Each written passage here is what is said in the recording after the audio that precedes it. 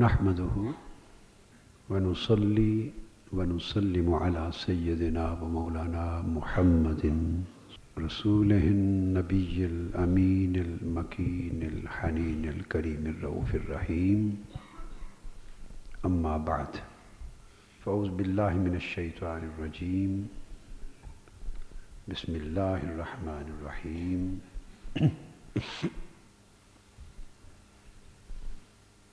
وَمَن لَّمْ يَتُبْ فَأُولَٰئِكَ هُمُ الظَّالِمُونَ.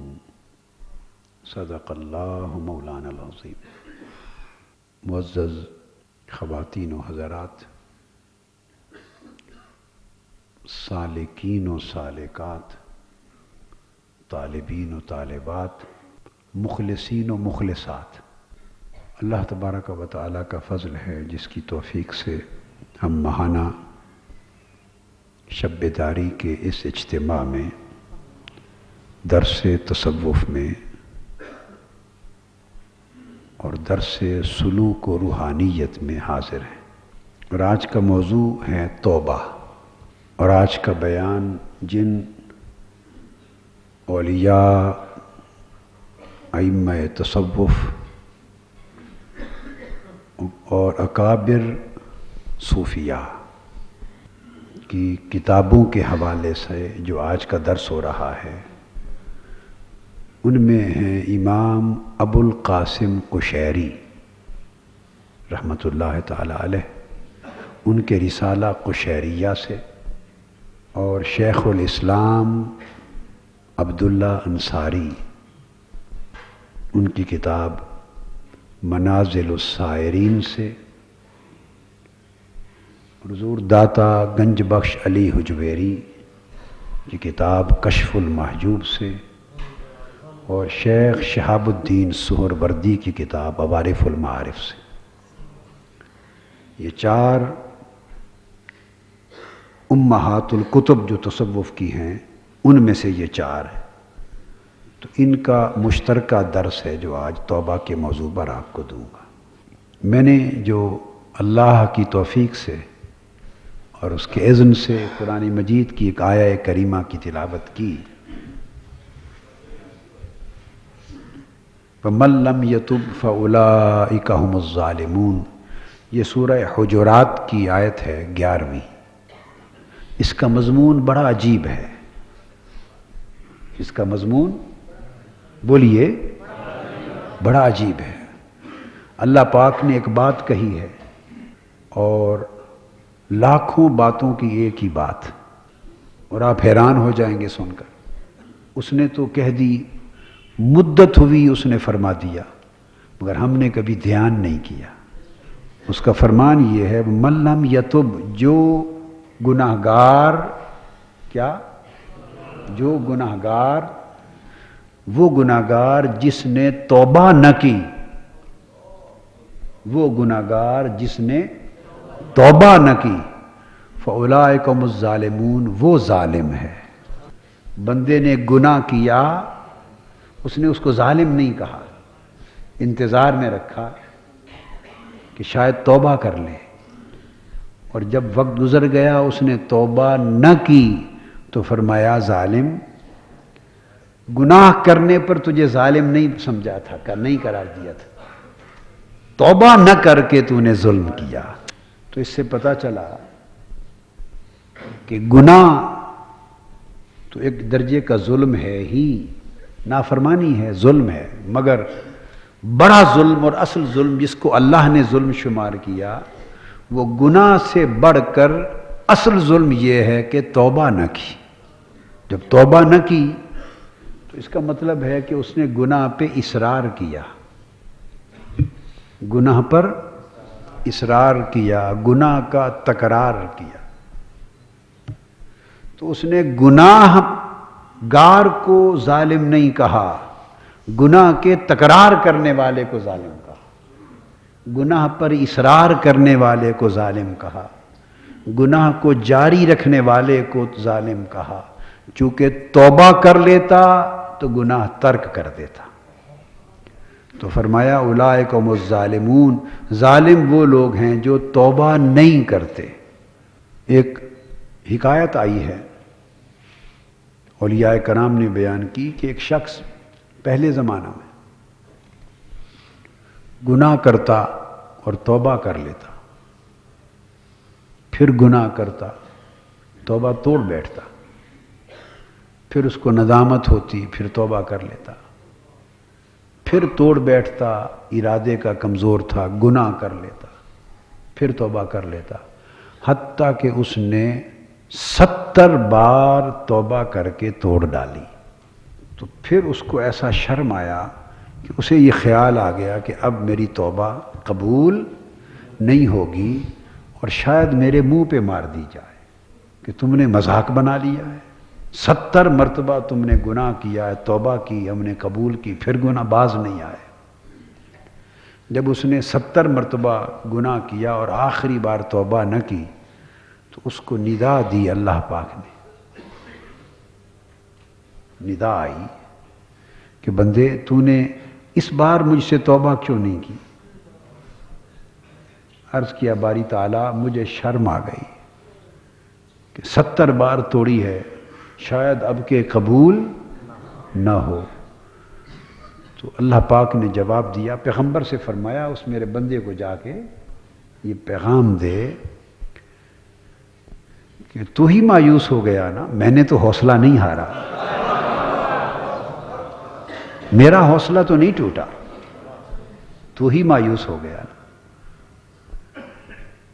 میں نے کب تجھے کہا تھا کہ اب توبہ قبول نہیں کروں گا، بس تو خود ہی میری رحمت سے مایوس ہو گیا، تو اب کہ بھی توبہ کر لیتا تو میں معاف کر دیتا۔ اب اس کا مطلب یہ نہیں ہے کہ آدمی توبہ کی وجہ سے گناہ پر شیر ہو جائے، جس نے یہ کر لیا تو اس کی پھر وہ توبہ ہی نہیں ہے۔ آگے توبہ کی تعریف آئے گی نا، توبہ تو صدق کے دل سے ترک گناہ کو کہتے ہیں، صدق کے دل سے ترک گناہ کو کہتے ہیں۔ لہذا توبہ کی قبولیت کا خیال رکھ کر شیر ہونا وہ تو توبہ ہی نہیں ہے۔ توبہ میں صدق ہونا چاہیے، توبہ میں صدق ہونا چاہیے، اس کی قبولیت ہو جاتی۔ توبہ اولیاء کرام فرماتے، امام ابو القاسم قشیری، میں نے آپ کو بتایا تھا کہ یہ حضور داتا گنج بخش علی حجویری رحمۃ اللہ علیہ کے اساتذہ میں سے، یعنی ان مشائخ میں سے ہیں جن سے حضور داتا گنج بخش علی حجویری نے استفادہ کیا ہے۔ اور کشف المحجوب میں جب وہ ان کا ذکر کرتے ہیں اپنی کتاب میں تو استاذ قشیری لکھتے ہیں، انہیں اپنا استاذ مانتے ہیں۔ اسی طرح یہ ان سے بھی اسی زمانے میں پھر شیخ الاسلام انصاری ہیں۔ امام قشیری فرماتے ہیں کہ توبہ کیا ہے؟ یہ اصل کل مقام و مفتاح کل حال۔ توبہ کا درجہ یہ ہے، فرماتے ہیں کہ یہ ہر مقام کی ابتدا توبہ ہے اور ہر حال کی مفتاح یعنی کنجی توبہ ہے۔ اب آپ سمجھیں کہ حال کیا ہے، مقام کیا ہے۔ فرمایا ہر مقام کی ابتدا توبہ سے ہوتی، بگننگ توبہ ہے، اور ہر حال کو حاصل کرنے کے لیے کنجی چابی توبہ ہے۔ حال اور مقام یہ ہے کہ آپ کبھی کبھی نماز پڑھتے ہیں، جب تلاوت کرتے ہیں، استغفار کرتے ہیں، محفل میں بیٹھتے ہیں، نعت پاک سنتے ہیں، اللہ کا ذکر سنتے اور کرتے ہیں، تو ایسی بہت ساری مجالس میں اگر اللہ کے انوار نصیب ہو جائیں، قبولیت نصیب ہو جائے، تو ایک کیفیت آپ کے قلب و باطن پر طاری ہوتی ہے یا نہیں؟ بولیے، ایک کیفیت وارد ہوتی ہے نا۔ کبھی آپ کے رونگٹے کھڑے ہو جاتے ہیں، کبھی آپ کو رونا آ جاتا ہے، آنسو چھلک پڑتے ہیں، کبھی کانپ اٹھتے ہیں، کبھی لرز جاتے ہیں، کبھی اس تصور میں گم ہو جاتے ہیں ایک لحظہ کے لیے، ایک لمحہ کے لیے، دنیا و ما فیہا کو بھول جاتے ہیں۔ ایک کیفیت پیدا ہوتی ہے یا نہیں؟ اب یہ تو سمجھ گئے نا، یہ کیفیت ہے. یہ کیا ہے؟ کیفیت. آتی ہے کسی کی ایک لمحہ کے لیے، کسی کی چند منٹس کے لیے، کسی پر وہ کیفیت 15-20 منٹ رہتی ہے، کوئی گھنٹے 2 گھنٹے 3 گھنٹے اس کیفیت میں رہتا ہے، کوئی ایک رات پوری یا پورا دن، کوئی 2-3 دن کیفیت میں رہتا ہے. ڈیپینڈ کرتا ہے کہ کیفیت کیسی آئی اور کتنی دیر رہی اور اس کیفیت کی کیفیت کیا تھی، تو وہ انسان پر طاری اور وارد ہو جاتی. اس کا تجربہ اور مشاہدہ آپ اکثر و بیشتر زندگی میں کرتے رہتے. تو یہ کیفیت ہے جو آتی ہے اور پھر بولیے چلی جاتی، آتی ہے اور چلی جاتی. اس کی مثال جگنوں کی چمک کی سی ہے. جیسے رات کا اندھیرا ہو، جگنو نظر نہیں آتا آپ کو، اور اچانک چمکتا ہے ایک جگہ سے، تو چمک سے پتہ چلتا ہے کہ یہاں جگنو ہے. پھر چمک آتی ہے اور چلی جاتی، پھر تھوڑا سا آگے چمکتا ہے، پھر آگے چمکتا ہے. اگر وہ شمع کے گرد یا کسی مقام پہ گھومتا رہے تو اس کی چمک آتی رہے، تو وہ جو چمک آ جاتی ہے چلی جاتی ہے، یہ مثال ہے اس کیفیت کی جو دل پر، باطن پر، روح پر وارد ہوتی ہے اور پھر چلی زائل ہو جاتی. تو اگر تو اب اس لمحے آپ اپنے آپ کو اپنی بقایا پوری زندگی سے مختلف محسوس کرتے ہیں یا نہیں کرتے؟ بولیے نا، اونچا اونچا بولیں بھائی، میرے ساتھ چلیں نا، میرے ساتھ مل کے چلیں، اور جو بات کہوں اس کو سنیں، اس کو سمجھیں، اس میں غور کریں، ساتھ ساتھ پھر اس میں ڈوب جائیں. تو اس لمحے جب تک وہ کیفیت رہتی ہے، آپ اپنے آپ کو اپنی بقایا زندگی سے مختلف محسوس کرتے ہیں. You feel different at that time. خاص کیفیت ہوتی. پھر کیفیت چلی جاتی، اس کے بعد پلٹ کر پھر آنے والی جگہ پہ آ جاتے ہیں. آنے والی جگہ کہتے ہیں، ٹکے والی جگہ کون سی؟ کیا کہتے ہیں؟ آنے والی جگہ پہ پھر پلٹ کے وہیں آ جاتے ہیں. جب کیفیت چلی جاتی ہے تو دیکھتے ہیں وہیں جہاں کھڑے تھے وہیں کھڑے ہیں. وہ اس لمحے میں وہ جو کیفیت ہے آپ کو ہلکا کر دیتی. ہلکا پن محسوس ہوتا ہے کہ نہیں؟ روشنی کبھی محسوس ہوتی ہے، ہلکا پن محسوس ہوتا ہے، ایک سرور محسوس ہوتا ہے. ایک یہ جو ہلکا ہلکا سرور ہے،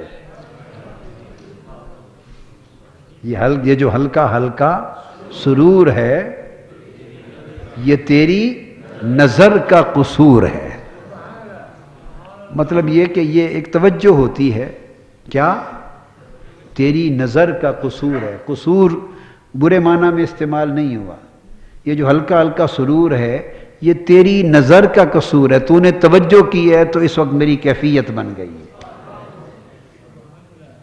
اس وقت آپ اپنے آپ کو جدا سمجھتے.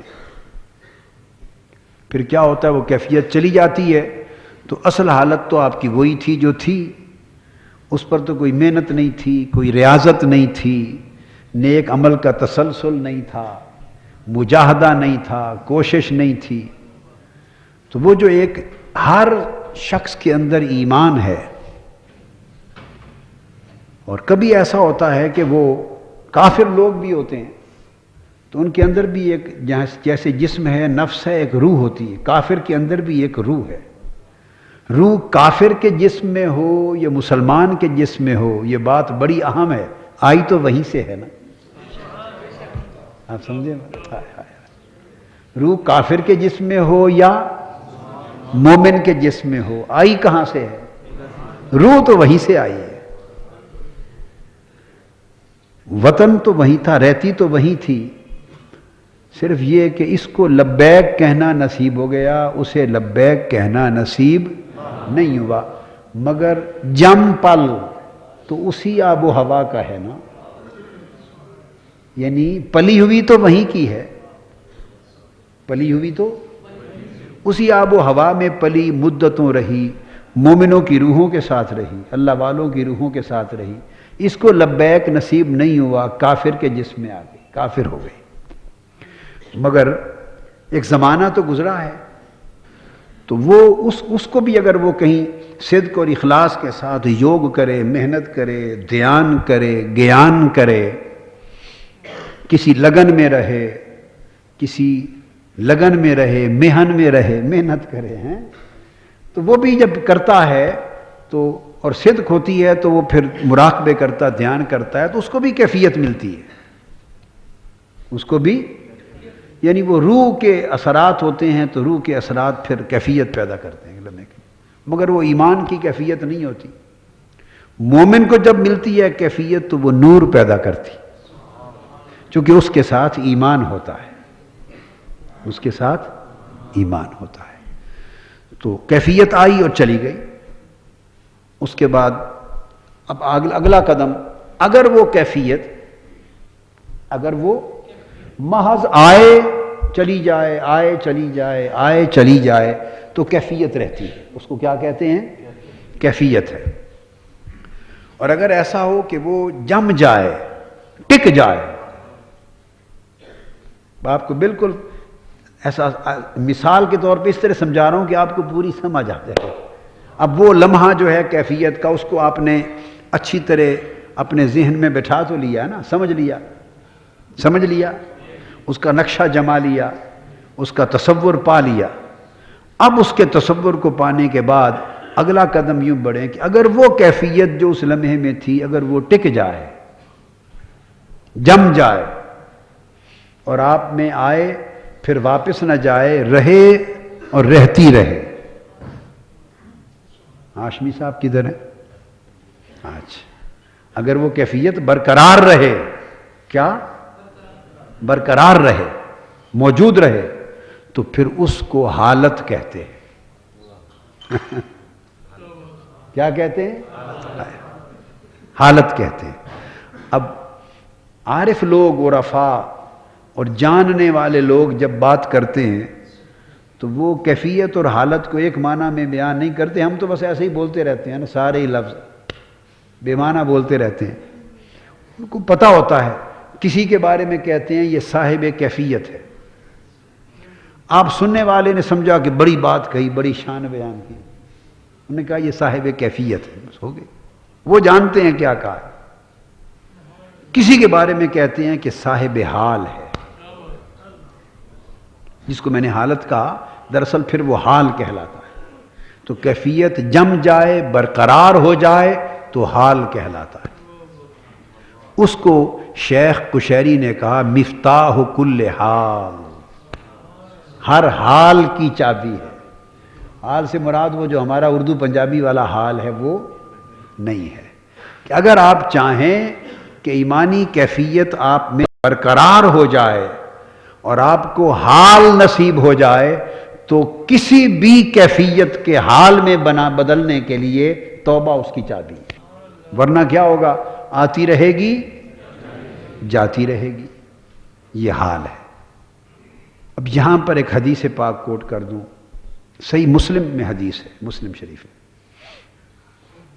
غالباً ایک صحابی ہیں حضرت حنظلہ رضی اللہ تعالی عنہ۔ وہ ایک دن آقا علیہ الصلوۃ والسلام کی بارگاہ کی طرف جا رہے ہیں، روتے ہوئے، آہ و بکا کرتے ہوئے جا رہے ہیں۔ سیدنا صدیق اکبر رضی اللہ تعالیٰ عنہ راستے میں مل گئے، اور حضرت حنظلہ روتے ہوئے جا رہے ہیں اور یہ کہتے ہوئے جا رہے ہیں کہ حنظلہ منافق ہو گیا، حنظلہ منافق ہو گیا۔ اب یہ جو کتابیں درس کی ہیں نا ساری، اب میں ابھی ایران گیا تھا تو سیدنا امام علی رضا کی کتابیں اور سیدنا امام جعفر الصادق کی اور لایا ہوں معرفت پر۔ ابھی وہ بنڈل کارٹن میرے دبئی میں پڑے ہیں، جب وہ پہنچ جائیں گی تو اگلے درس میں ان سب کتابوں کے سر پر وہ کتاب ہو جائے گی، وہ بھی ساتھ رکھوں گا۔ یہ سارے اولیاء بڑے بڑے اونچے درجوں کے، بڑے بڑے اونچے درجوں کے ہیں، بڑے بڑے اونچے رتبوں کے ہیں، مگر امام جعفر صادق اور امام محمد باقر، امام زین العابدین، ان سب کے در سے ٹکڑے لے کے پلنے والے ہیں۔ یہ سب اولیاء جو ولی بنے، ان کو ولایت کی خیرات ان کے در سے ملی ہے۔ تو پھر وہ بھی ان کی کتاب بھی لاؤں گا۔ اب تو خیر ان کے اقوال فرمودات تو ان سب کتابوں میں ہوتے ہیں، یہ انہی سے لیتے ہیں، بیان ہوتا ہے، مگر پھر پوری کتاب سامنے ہوگی، درس کی امہات الکتب میں شریک کر دوں گا۔ ایران سے اس مرتبہ میں ائمہ اثنا عشر کی جو کتابیں ہیں 10,000 کتابوں کا مواد لایا ہوں، اور ایک اتنا سا لفافہ تھا، اس میں آج میں نے جو ہمارے لائبریرین ہیں عبد الجبار، ان کو عبد الجبار قمر، پوری 10,000 کتابیں ان کو اس لفافے میں آج دے دیں کہ وہ کتابیں کاغذوں پر نہیں تھی، سی ڈیز کی شکل میں تھی۔ تو ایک سی ڈی میں 6,000 کتابیں، کسی سی ڈی میں 4,000، کسی میں 10,000، ایک سی ڈی میں 10,000 کتابیں آ گئی ہیں۔ اب کمپیوٹر پہ لگائیں گے تو ساری اسکرین پر پڑھ لیں گے۔ یہ فرق ہے عالم اور عارف کا، بس سمجھ گئے؟ عارف کا دل سی ڈی بن جاتا ہے، عارف کا دل، عالم کتابوں سے پڑھتا ہے، عالم کتابوں سے پڑھتا ہے، عارف اسکرین پہ پڑھتا ہے۔ اگر 10,000 کتابیں ہیں، 50,000 کتابیں ہیں، جو کتاب ہاتھ آ گئی وہی پڑھ لی، جو ہاتھ آ گئی وہی پڑھ لی، جو نہ ملی نہیں پڑھی۔ اور 10,000 کتابوں تک کون پہنچتا ہے کہ وہ ساری پڑھے؟ اس لیے عالم کا علم ادھورا رہتا ہے، اور جب وہ عارف بن جاتا ہے تو وہ ساری کائنات کا علم اللہ ایک سی ڈی پر منتقل کر دیتا ہے۔ سارے اسرار، رموز، علوم کیا ہو جاتے ہیں؟ سی ڈی پر منتقل ہو جاتے ہیں، تو اس کا دل سی ڈی بن جاتا ہے، تو وہ جو کتاب پڑھنا چاہتا ہے اسی کی فائل کھولتا ہے، اسکرین پہ پڑھ لیتا ہے۔ بس اسکرین ایک پردہ ہوتا ہے نا ٹی وی کا، اب اس کو کہہ رہا ہوں، جب کمپیوٹر پہ اسکرین ایک پردہ ہے، تو وہ کی یہ مفتاح کل حال، چابی ہوتی ہے، اس کو ماؤس کہتے ہیں۔ مجھے تو نہیں آتا ماؤس چلانا، چابی کمپیوٹر میں ان پڑھ ہوں، جاہل ہوں، بس ایسے سنا کے بتا دیتا ہوں۔ تو وہ اگر ماؤس ہوتا ہے تو اس کے ذریعے وہ کوئی ایک فائل کھولتے ہیں نا، جس کتاب کو کلک کرتے ہیں، کلک بٹن، ایک بٹن، ساری کتاب، 10 کتاب، 50 کتابیں، 1000، 10,000 اسکرین پہ آ جاتی، جہاں سے چاہے پڑھنا چاہے پڑھ لیتا ہے۔ اس لیے عارف کی جب سی ڈی اس کو سمیٹ کے دے دی جاتی ہے تو وہ تحت سرا پڑھنا چاہے تو وہ کلک کر کے تحت سرا پڑھ لیتا ہے، عرش معلیٰ پڑھنا چاہے تو کلک کر کے وہ پڑھ لیتا ہے، لوح محفوظ پڑھنا چاہے تو وہ کھول دیا جاتا ہے۔ تو عارف کا دل سی ڈی ہو جاتا ہے۔ تو جب کیفیت برقرار ہو جائے تو حال بن جاتا ہے۔ کیا ہو جاتا ہے؟ تو حضرت حنظلہ رضی اللہ تعالیٰ عنہ جا رہے ہیں اور روتے ہوئے کہتے ہوئے جا رہے ہیں کہ حنظلہ منافق ہو گیا، حنظلہ منافق ہو گیا۔ سیدنا ابو بکر صدیق رضی اللہ تعالیٰ عنہ نے اس کو پکڑ لیا، حنظلہ پریشان نہ ہو، کیا بات ہے؟ حنظلہ منافق ہو گیا، یہ حالت، میں آپ کے ساتھ چلتا ہوں آقا علیہ السلام کی بارگاہ میں۔ کیوں، کیا ماجرا بنا؟ انہوں نے اپنا ماجرا سنا دیا۔ آقا علیہ السلام کی بارگاہ میں پہنچے، عرض کیا یا رسول اللہ حنظلہ منافق ہو گیا۔ حضور علیہ السلام نے فرمایا کیوں منافق ہو گیا، کیا ہوا ہے؟ اب وہ صحابی تھے نا، آقا علیہ السلام کی صحبت اور مجلس میں بیٹھنے والے تھے، اور اگر اس مجلس سے حاصل کر لیا ہو تو اتنا سا بھی خسارہ ہو جائے تو انہیں بہت بڑا نظر آتا ہے۔ اور ایک ہم ہیں کہ ساری زندگی خسارہ بن گئی ہے اور اتنی سی بھی اہمیت نظر نہیں آتی، کبھی اس کا شعور ہی نہیں ہوتا، دکھ ہی نہیں ہوتا، رونا ہی نہیں آتا، سنبھلنا ہی نہیں آتا، اتنا بڑا خسارے میں ہیں۔ والعصر ان الانسان لفی خسر، فرمایا قسم ہے زمانے کی، انسان خسارے میں ہے۔ ہم اتنے بڑے گھاٹے میں مگر مست ہیں اپنے حال میں۔ کیا مست ہیں؟ جس کا نقصان ہو جائے کاروبار میں اس کو تو نیند نہیں آتی، اور ہم نیرے نقصان اور خسارے میں جا رہے ہیں اور خوب موج کرتے ہیں، کبھی فکر ہی نہیں ہے۔ اور جنہیں نصیب ہو جاتا ہے تو انہیں تھوڑا سا بھی گھاٹا نقصان نظر آئے تو ان کی نیند ہی لٹ جاتی ہے، آرام نہیں آتا، تو تھوڑے سے خسارے پر کہتے ہیں کہ منافق ہو گیا۔ اور ہم شاید منافقتوں کا ڈھیر اپنے اندر جمع کر لیں تو سمجھتے ہیں وہ مومن ہی مومن ہے، مسلمان ہی مسلمان۔ ہمیں خسارہ گھاٹا نفاق نظر ہی نہیں آتا، اتنی گرد پڑ گئی ہے، اتنی گرد پڑ گئی ہے ہمارے شیشے پر۔ تو عرض کیا یا رسول اللہ منافق ہو گیا۔ آقا علیہ السلام نے پوچھا کیا ماجرا؟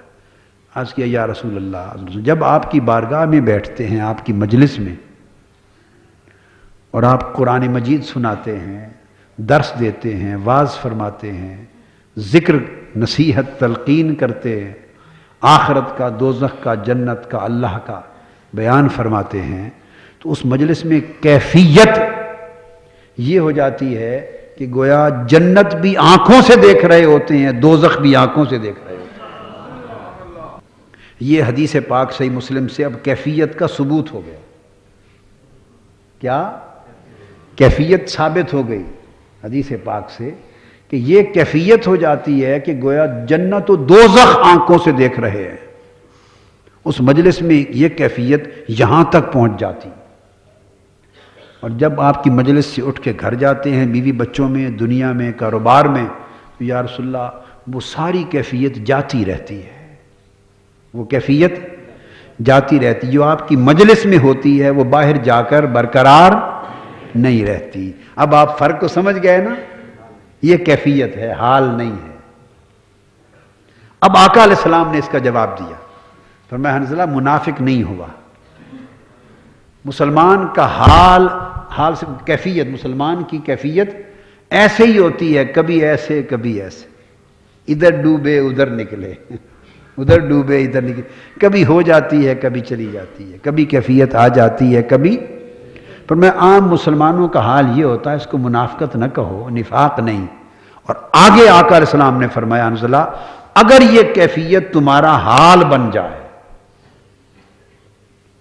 یہ جو آ جاتی ہے میری مجلس میں اور پھر باہر جاتے ہو تو چلی جاتی ہے، اگر باہر جا کر بھی وہی کیفیت برقرار رہے، وہی کیفیت برقرار رہے، یعنی کیفیت حال میں بدل جائے، تو فرمایا اللہ کی عزت کی قسم پھر تمہارا حال یہ ہو کہ تم گلیوں کوچوں اور بازاروں میں چلو اور دائیں بائیں قطار اندر قطار فرشتے کھڑے ہو کر تمہارے دیدار اور مسافے کو ترسے،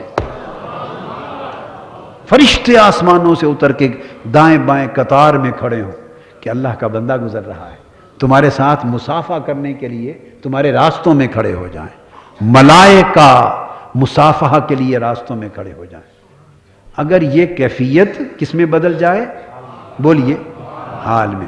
تو دوسری چیز کیا ثابت ہوئی؟ ان کے بیان سے اور حضور کے فرمان سے کیفیت ثابت ہو گئی، اور اگر یہ برقرار ہو جائے تو فرشتے قطاروں میں کھڑے ہو کر مصافحہ کو ترسیں، تو اس بیان سے حال کا ثبوت ہو گیا۔ اگر صرف صاحبان کیفیت ہوتے اور صاحبان حال نہ ہوتے، یا صاحب حال ہونا ممکن نہ ہوتا، تو آقا علیہ السلام فرماتے کہ حنظلہ یہ گھبراؤ نہیں، ایسے ہی ہوتا ہے، بس گھبرانے کی ضرورت نہیں، ایسے ہی ہوتا ہے، بس اس پر گفتگو ختم فرما دیتے۔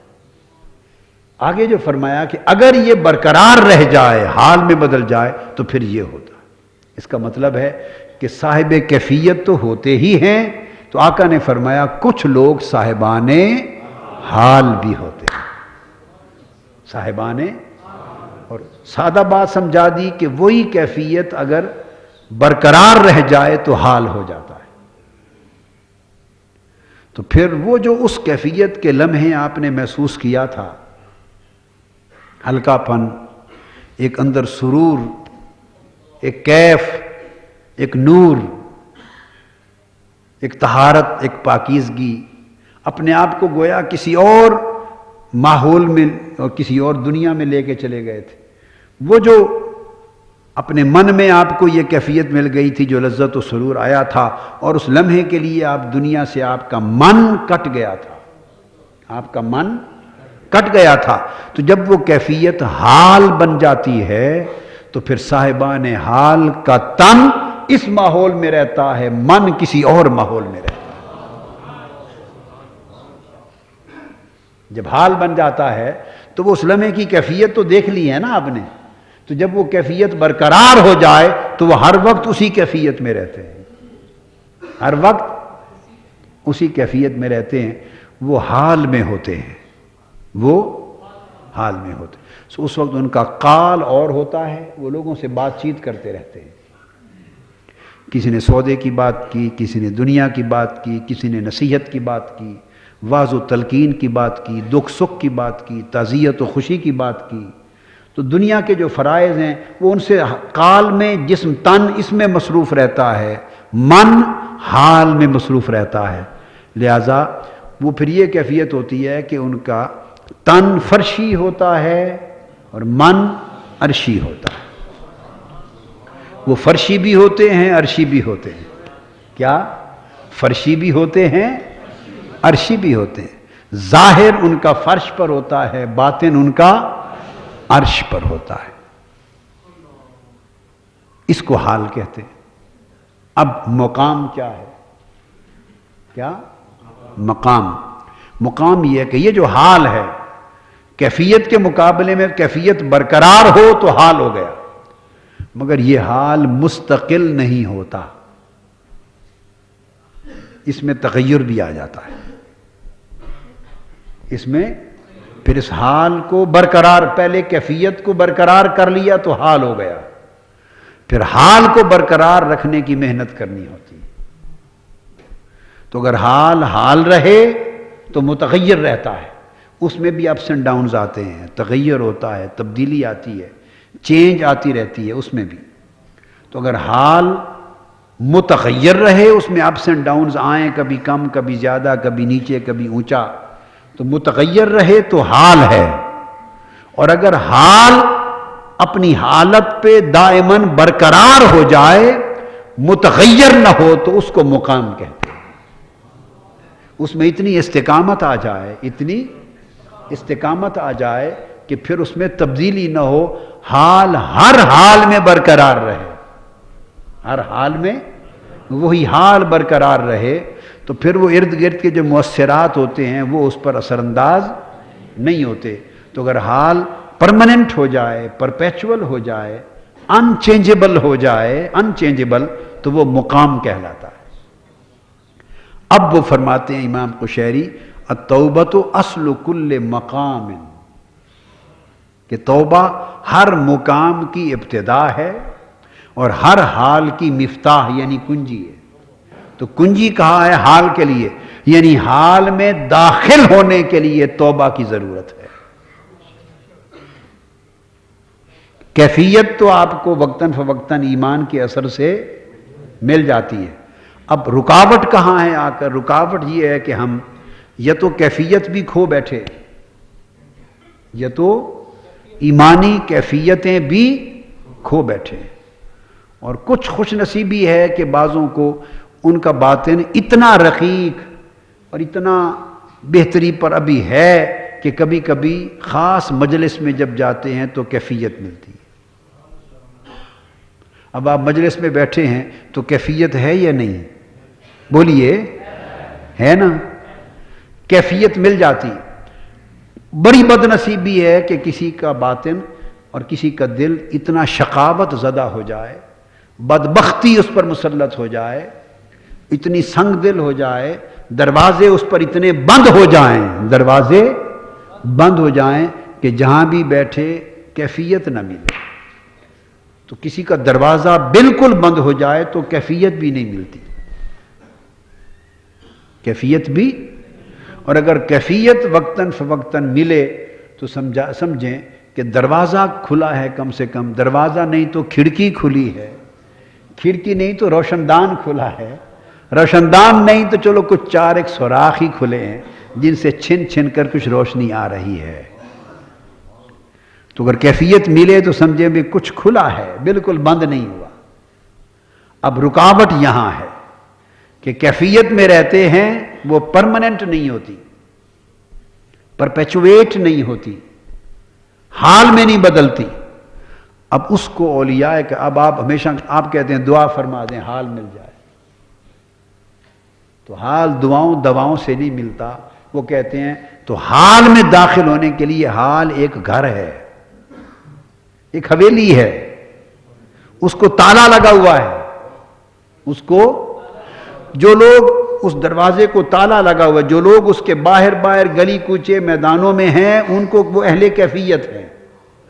جو اس حویلی کے ارد گرد رہتے ہیں وہ انہیں کیفیت ملتی رہتی ہے ہوا سے. اگر چاہتے ہو کہ کیفیت حال میں بدلے تو اب باہر نہیں رہنا ہوگا، ذرا اندر جانا ہوگا. اندر جانے کے لیے دروازہ، وہ اگلا دروازہ حویلی کا کھولنا ہوگا، اس کو تالا لگا ہوا ہے.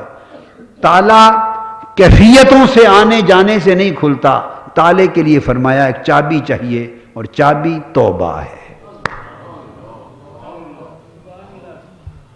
آج توبہ کے آگے جو معارف اور معانی تک نہیں پہنچ جاؤں گا، وہ اگلے درس پر کر دوں گا بیان، چونکہ مضمون اب یہ شروع ہو گیا.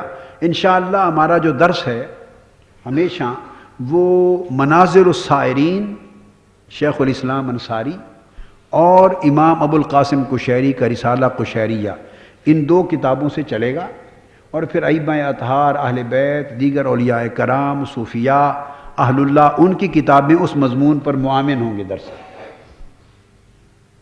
تو میں دراصل دروس تصوف میں نہیں چاہتا کہ بس خطاب کروں، خطاب بھی بڑے کر دیے آپ کو، وہ بھی انہی کتابوں کا اور اہل اللہ کا ہی سارا نچوڑ ہوتا تھا. اب یہ شروع جو کیا ہے تو میں چاہتا ہوں کہ جب بھی ختم ہو مگر سلسلہ وار درس امہات کتب کے ساتھ ختم ہو. تو فرمایا کہ حال کے لیے اس حویلی کے اندر جانا ہے، اس کو تالا ہے، اس تالے کے لیے چابی چاہیے، اور چابی توبہ ہے. وہ تو فرمایا حال کے لیے چابی توبہ ہے، اور جب حال پالو اور اہل حال کسی مقام پر آگے اپنے آپ کو لے جانا چاہیں تو ان کو مقام پہلے اہل کیفیت سے کہا. اے اہل کیفیت، اے خوش نصیبو جنہیں کبھی کبھی کیفیت نصیب ہوتی ہے، تم سنو، اگر کیفیت سے اوپر اٹھ کر حال تک پہنچنا چاہتے ہو تو توبہ کی چابی لگا لو. اور اس کے بعد اہل حال کو خطاب کیا، اے اہل حال جنہیں حال نصیب ہو گیا ہے اور جنہوں نے اپنی کیفیت ایمانی کو برقرار کر لیا ہے، اب حال سے گزر کے مقام تک جانا چاہتے ہو تو ان سے خطاب ہو رہا ہے کہ ہر مقام میں داخل ہونے کی ابتدا توبہ ہے. تو گویا توبہ 3 قسموں کی ہو گئی. کیا؟ ایک یہ کہ دل کی شقاوت اور بدبختی کو اور سختی کو دور کر کے دل کو اتنا نرم کر لینا کہ کم سے کم اس میں کیفیت تو آ سکے، قلب اور باطن کم سے کم کیفیت کو تو قبول کر سکے نا. آپ سمجھے ہیں نا، پتھر نہ رہے، کیفیت کو قبول کر سکے. تو اس کیفیت کی قبولیت کی راہ بھی توبہ ہے.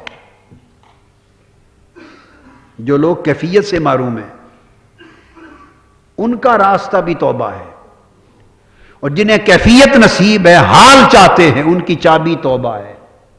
جنہیں حال نصیب ہے، مقام چاہتے ہیں، ان کی ابتدا توبہ ہے. ان کی ابتدا توبہ ہے. اور جن کو مقام نصیب ہے، جن کو مقام نصیب ہے، مقام نصیب ہے، اور پھر مقام نصیب ہے اور اس مقام کے بعد آگے عروج اور آگے ترقی چاہتے ہیں، آگے ترقی چاہتے ہیں، ان کے ہر قدم پر ترقی کے لیے سیڑھی توبہ ہے. تو ہر درجے اور رتبے والے شخص کی توبہ جدا ہے.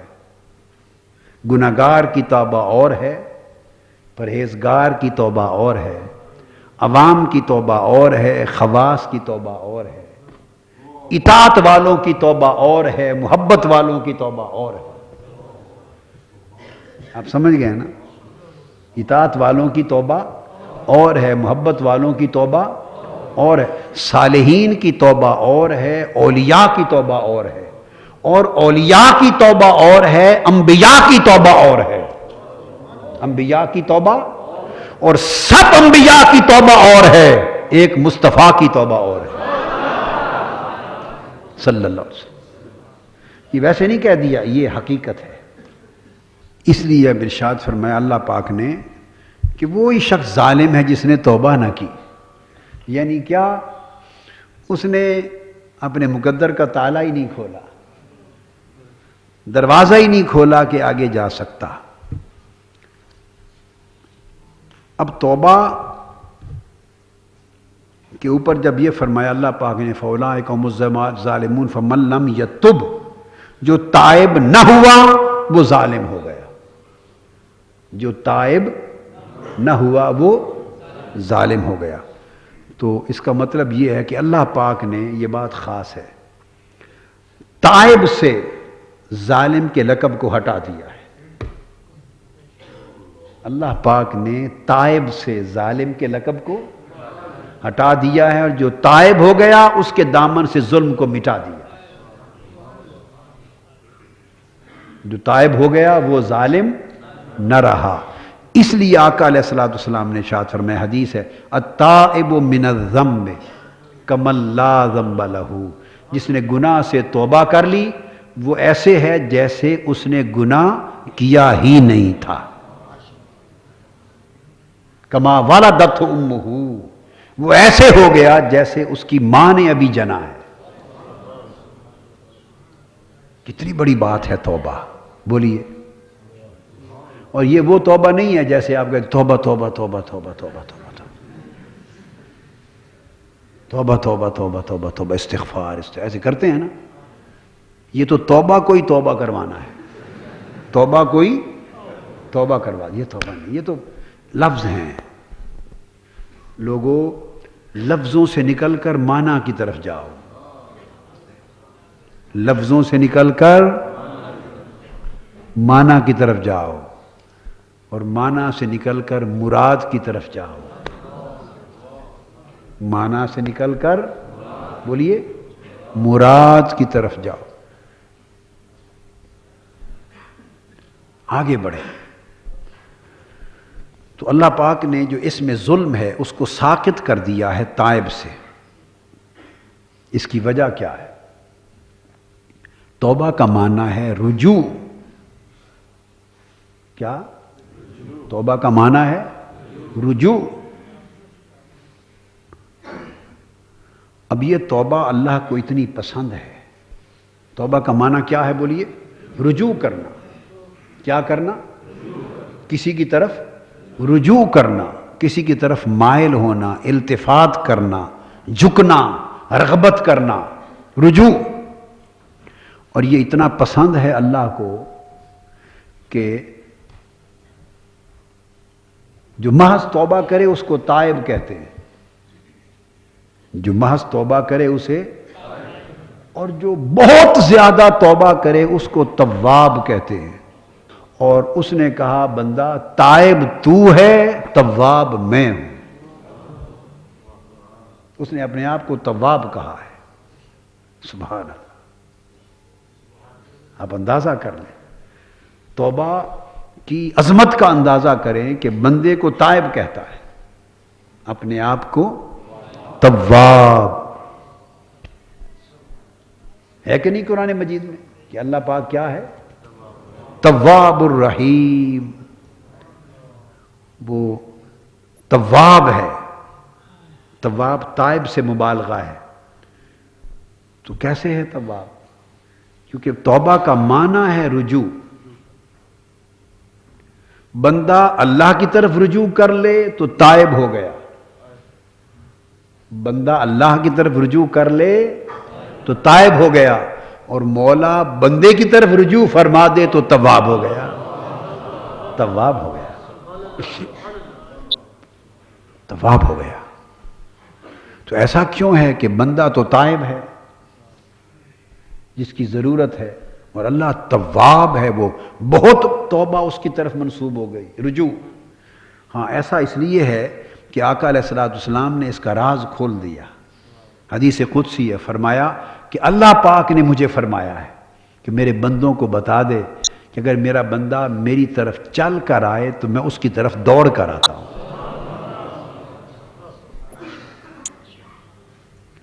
اور میرا بندہ اگر میری طرف ایک قدم چلے تو میں اس کی طرف 70 قدم چلتا ہوں. اب آپ سمجھ گئے؟ تو ایک قدم چلنے والا، اس کی طرف ایک قدم رجوع کرنے والا تائب ہوا، اور جو ایک قدم کے بدلے 70 قدم بندے کی طرف رجوع فرمائے وہ تواب ہوا. رجوع ہے. بندہ رجوع کرتا ہے کیا؟ معافی مانگنے کے لیے. معافی مانگنے کے لیے. اللہ مولا رجوع کرتا ہے معافی عطا کرنے کے لیے. معافی عطا کرنے کے لیے. میں نے زندگی میں بہت ہستیوں کو کی مناجات کو اور ان کی التجاؤں کو اللہ کے حضور پڑھا، مگر اولیاء کاملین میں، مگر سیدنا امام زین العابدین، زین الساجدین، زین العابدین، اللہ کی عزت کی قسم ہے، جتنی توبہ ان کے ہاں ملتی ہے میں نے کسی ولی میں نہیں دیکھی. ان کی مناجات کو پڑھے تو ہر جملہ لگتا ایسے ہے کہ ہر وقت حالت توبہ میں ہی ہے. ہر وقت توبہ کی حالت میں لگتے ہیں.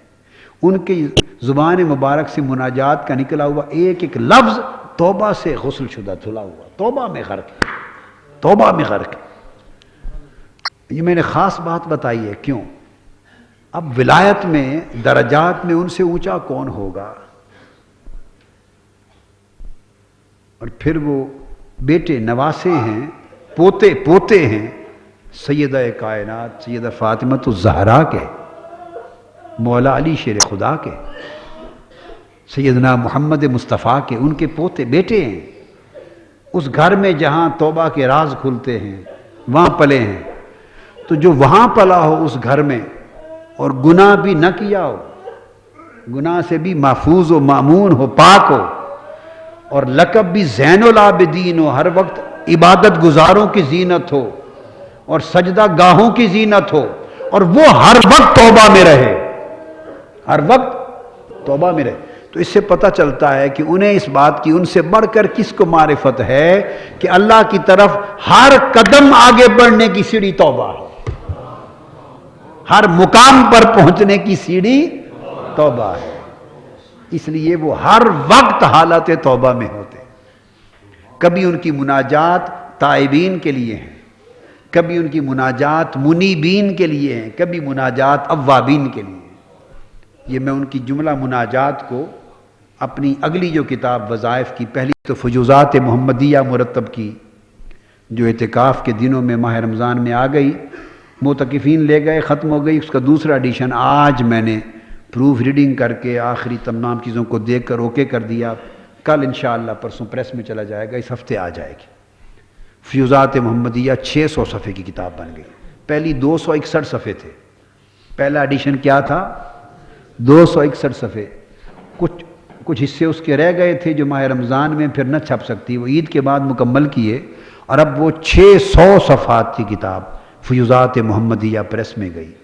اور آج کل راتوں کو بیٹھ کر جو لکھ رہا ہوں وہ دلائل البرکات ہے. کیا؟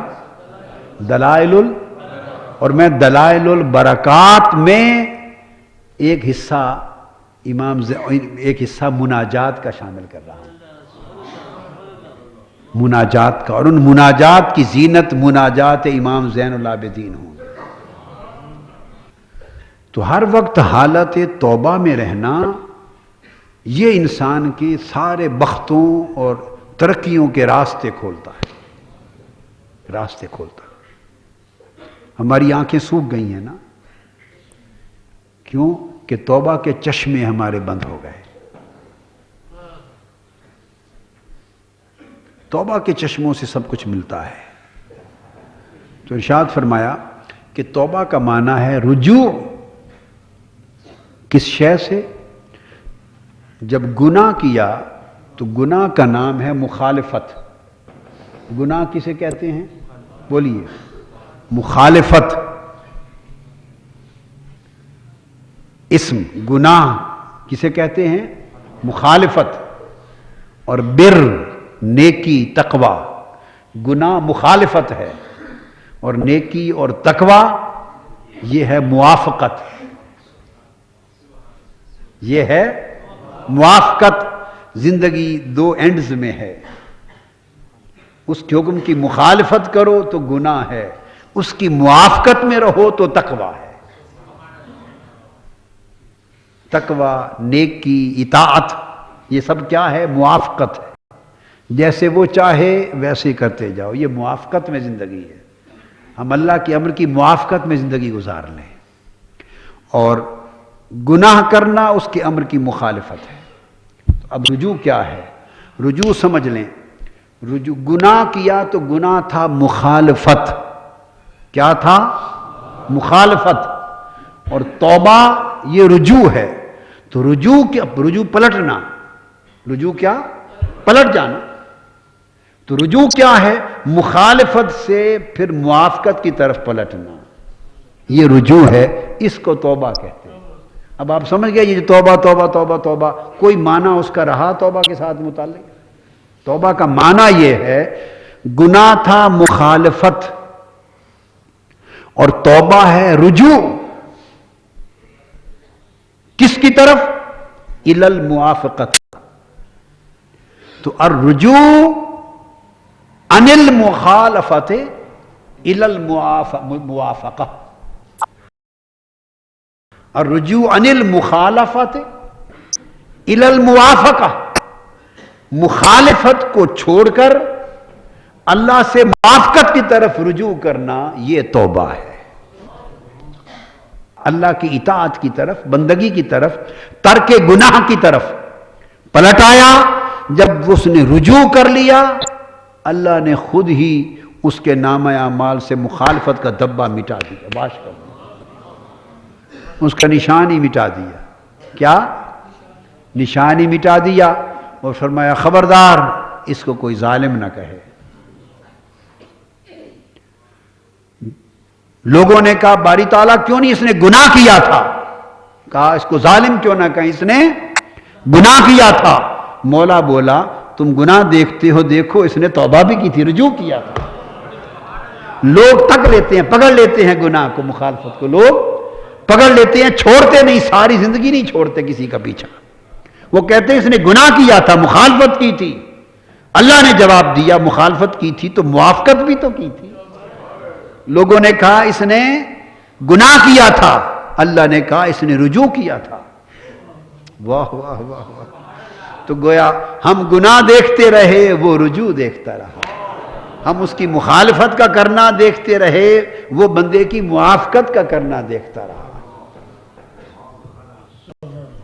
ہم ظلم کرتے رہے، وہ ہمارے ظلم کو مٹانے کا سوچتا رہا۔